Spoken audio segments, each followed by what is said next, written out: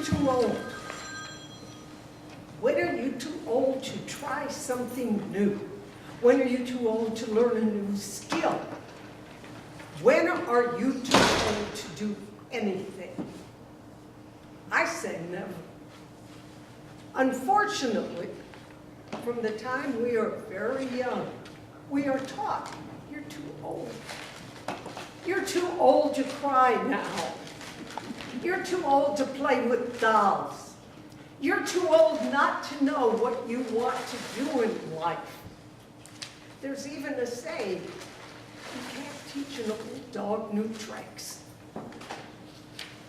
We are indoctrinated to believe that we are too old. But we're not. Just ask Dawson Lewis, who was the son of a slave who learned to read when he was 98 years old, and when he was 101, he wrote a book. Just ask Grandma Moses. She didn't begin painting until she was 70 years old. Just ask Nola Ochis. She was 95 when she graduated college. And just ask Beulah Lewis, who was 98 when she went skydiving. You are never too old. But people get stuck. They have responsibilities, they say. They can't take the time to learn something. They want to get promoted at work, but they need an MBA. Well, they say, I can't do that. I can only go to night school, and with all the other things I have to do and taking care of my children, I can only take one course a semester, and then maybe none in the summertime. It's going to take me at least 10 years to get my MBA, and by then I'm going to be 50 years old. Well, as a very, very wise woman once said, and by a very wise woman, I am talking about the advice columnist Ann Landers. If you don't get your MBA, how old are you going to be in 10 years? Otherwise, we are not too old. I used to own a travel agency, and people would say to me, I have always wanted to go, you fill in the blank.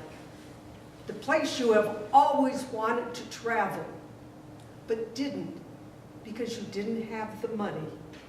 You had to take care of the children. You couldn't take them with you. And I say, if it's a matter of money, can you afford $1 a month? $1 a week? Are you willing to give up a latte and put that money aside? And this is money that you don't put in your general fund. You put this in a separate travel fund for whatever it is you want to do.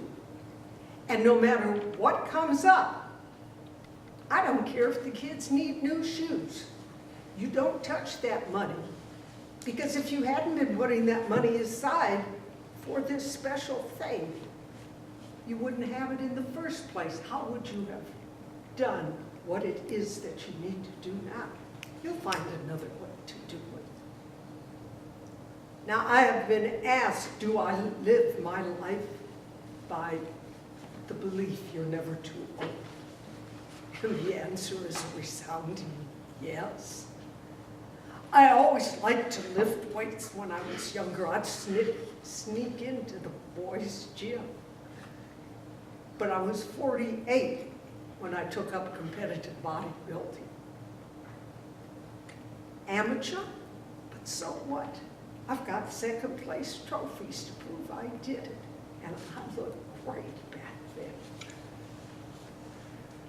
I was 63 when I decided to be a stand-up comedian. and I started learning how to do comedy. Now, 10 years later, I have done comedy across the United States, in Canada, and in Great Britain. Am I ever going to be rich and famous from it? Probably not, because I'm not willing at my age to do what I would have to do. I'm not going to go on the road for 3 months and sleep in my car. When I go on the road, I stay in hotels, on the concierge floor if possible. I like my creature comforts, and I'm not willing to give them up. But we can still do what it is that our dreams want us to do. So think about, what is that one thing you have always wanted to do, the place you've always wanted to go, the skill you have always wanted to have? And remember that today is the first day of the rest of your life. So why not take that first step? Why not go for it now?